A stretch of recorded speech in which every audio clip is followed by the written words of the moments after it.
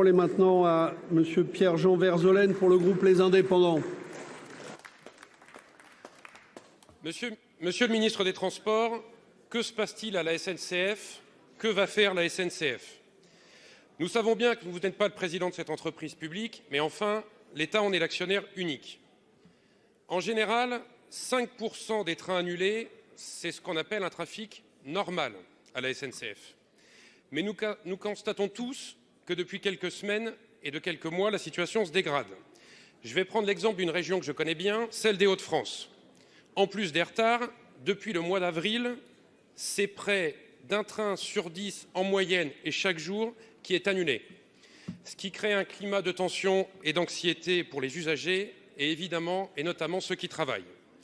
La raison principale qui est invoquée, c'est le manque de personnel. On peut aussi, et notre collègue l'a fait, pointer le sous-investissement chronique dans le réseau secondaire depuis 30 ans. Ce manque d'anticipation de la part de dirigeants d'un grand groupe public paraît aberrant. Comment en sommes-nous arrivés là et comment la situation va se rétablir? Monsieur le ministre, la SNCF prend de plein fouet la hausse des prix de l'électricité. Quid du bouclier tarifaire pour protéger les voyageurs de la hausse du prix des billets?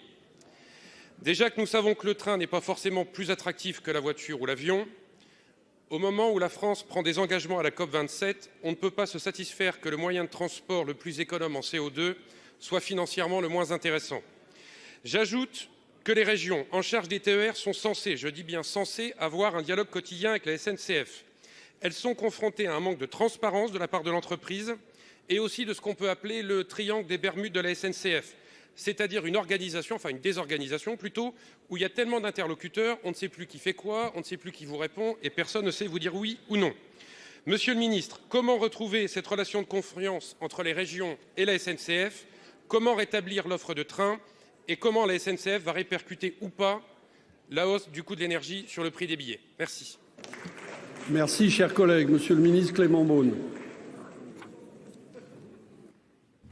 Merci Monsieur le Président, Mesdames et Messieurs les sénateurs, Monsieur le sénateur Verzelen. Vous avez raison, je n'ai pas l'habitude de fuir mes responsabilités. Nous parlons d'un grand service public et d'une entreprise entièrement publique. Et donc, cela ne peut pas rester sans réponse ou faire face à un quelconque désintérêt de la part de l'État. C'est la raison pour laquelle, je l'ai dit, la situation dans les Hauts-de-France est inacceptable. Et nous avons eu un entretien, puisque les TER sont effectivement à la charge des régions, avec le président Xavier Bertrand. Je me suis rendu à Lille dès lundi et je me suis entretenu hier avec le président Farandou une nouvelle fois.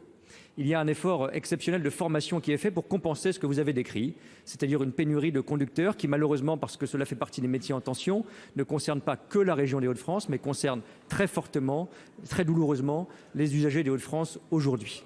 Il y a un plan qui a été tout à fait exceptionnel, qui a été mis en place ces derniers mois, qui prévoit en 2022-2023 le recrutement inédit de 440 collaborateurs TER en Hauts-de-France.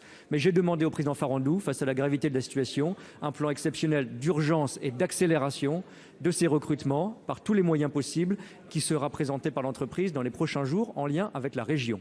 Car cette situation ne peut rester sans réponse. Je l'ai dit très honnêtement, une situation de cette nature ne se règle pas en quelques jours, elle ne se résout pas totalement en quelques semaines, mais nous devons montrer des améliorations visibles, sérieuses, dans les toutes prochaines semaines pour les usagers. Vous avez parlé aussi de la question tarifaire. Cela mérite quelques précisions. D'abord, les tarifs qui sont justement ceux du TER et de beaucoup de trains des quotidiens ne relèvent pas de l'État. Les tarifs, en revanche, qui sont ceux des trains à grande vitesse ou des trains d'équilibre du territoire sont de niveau national et du ressort national. C'est dans ce contexte que j'ai demandé pour ces trains à la SNCF de mettre en place un bouclier tarifaire. Qu'est-ce que cela signifie concrètement? Cela signifie que nous devons d'abord agir pour réduire les charges de la SNCF. C'est ce que fait l'État par les mesures que nous prenons sur la maîtrise des coûts de l'énergie, qui a permis de réduire très fortement le montant qu'évoquait devant le Sénat le président Farandou, près de 2 milliards d'euros. Nous ne sommes plus du tout dans ces ordres de grandeur. Ensuite, d'avoir des hausses qui soient en tout état de cause inférieures à l'inflation. Et troisième point, de préserver ceux qui ont le plus besoin du train, les ménages modestes, les utilisateurs réguliers, notamment pour le travail. C'est pourquoi j'ai demandé un effort tout particulier sur les abonnements et sur les Ouigo. Ce plan sera présenté là aussi dans quelques jours par la SNCF. Je vous remercie. Si, monsieur le ministre.